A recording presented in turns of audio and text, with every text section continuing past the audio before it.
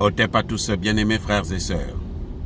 Je vous ai dit dans une vidéo récente que le Rwanda aussi a fait une proposition d'accord de vente de minerais aux États-Unis d'Amérique. Beaucoup de gens se disent, mais attendez, qu'est-ce qui se passe? C'est pour ça qu'il y a eu la confusion que Emmanuel Macron a introduit avec les médias propagandistes rwandais pour faire croire que, en fait, l'accord entre les États-Unis et le Rwanda, c'est dans le deal entre les États-Unis et la RDC.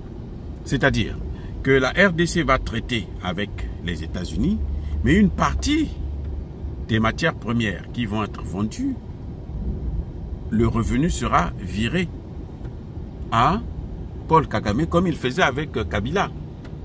Kabila donnait près de 30 millions de dollars américains chaque mois à Paul Kagame. Hein? Je reprends. Kabila a donné près de 30 millions de dollars à Paul Kagame pour son maintien au pouvoir, pour son assistance, pour que Paul Kagame le laisse continuer à co-gérer la RDC avec lui. Ce que Tshisekedi ne veut plus faire. Maintenant, on se pose la question, mais attendez, puisque ce n'est pas, le président Tshisekedi vient de le dire, il y aura un deal bilatéral entre les États-Unis et la RDC. Il n'a pas parlé du Rwanda. Et écoutez pas la propagande. C'est même ça qu'il a conseillé aux journalistes congolais. Mais de quoi parle-t-on dans les accords entre le Rwanda et les États-Unis? Puisque le Rwanda, visiblement, n'a pas de matières premières. Si le Rwanda avait des matières premières, donc le Burundi aussi a les mêmes matières premières. Vous comprenez, non? Donc le Rwanda, les accords que le Rwanda signe avec les États-Unis, c'est quelque chose d'autre. Je vais vous dire ça. Vous savez que le Rwanda est déjà sous embargo. Je reprends. Savez-vous que le Rwanda est déjà sous embargo? Puisque le Rwanda est sous embargo, le Rwanda ne peut plus vendre ses matières premières.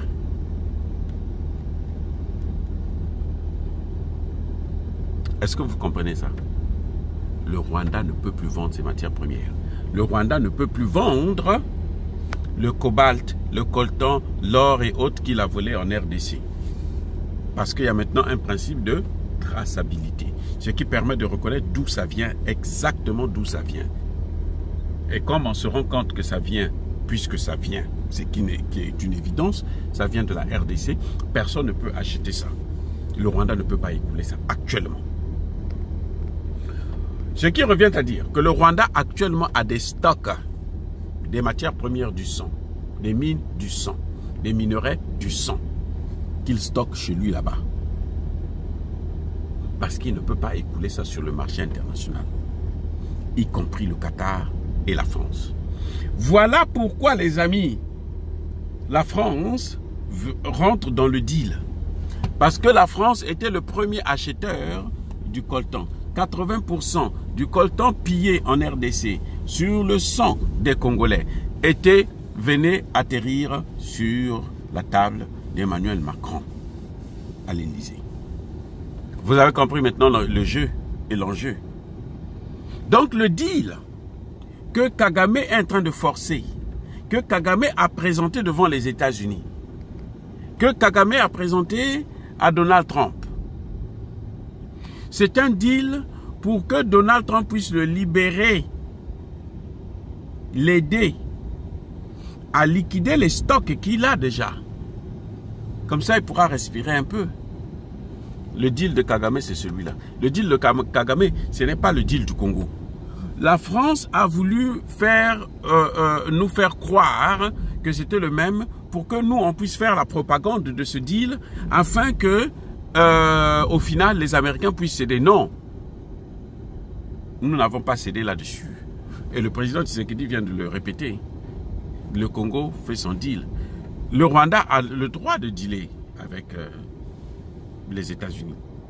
Donc, en quelque sorte, Kagame est en train d'échanger la paix en RDC avec les stocks de matières premières qu'il a déjà volés pour qu'il puisse avoir la possibilité de les vendre.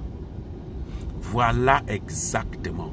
Parce que, comme il est déjà sous embargo, ni le Qatar, ni la France ne peut acheter ça.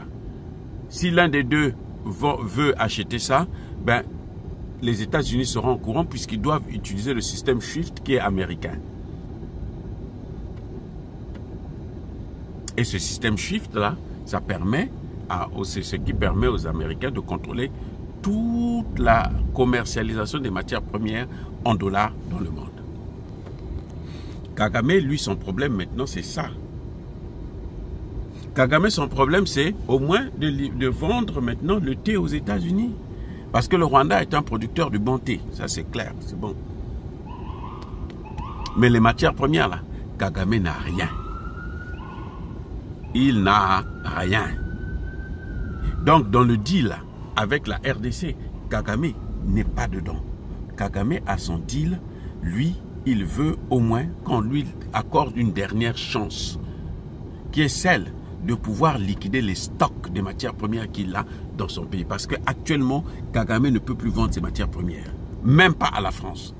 Il ne peut plus. Même pas au Qatar. C'est pour ça que vous voyez l'implication active de la France et du Qatar. C'est pour ça. Ils ne peuvent pas boycotter les accords avec, entre la RDC et le Congo. Parce que les États-Unis ne peuvent pas partager avec des imbéciles, des losers comme les Français. C'est des voyous. Hein? Je critique parfois Donald Trump, mais il est vraiment moins méchant que Emmanuel Macron. Emmanuel Macron, c'est un criminel, mais alors de haut niveau. Donc, les amis, ce que vous voyez là, le deal que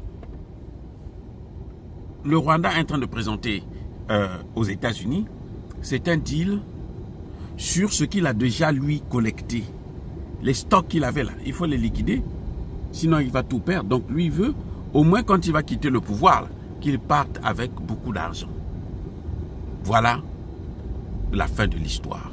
Voilà la réalité. Ça n'a rien à voir avec le deal entre la RDC et les États-Unis. Parce que si les États-Unis osent mettre le Rwanda dedans, ça veut dire que les États-Unis sont en train d'enrichir la France, qui est l'ennemi numéro 1 des États-Unis. Parce que qui a boycotté les États-Unis en Ukraine? Mais c'est bien la France. Et puis la Grande-Bretagne.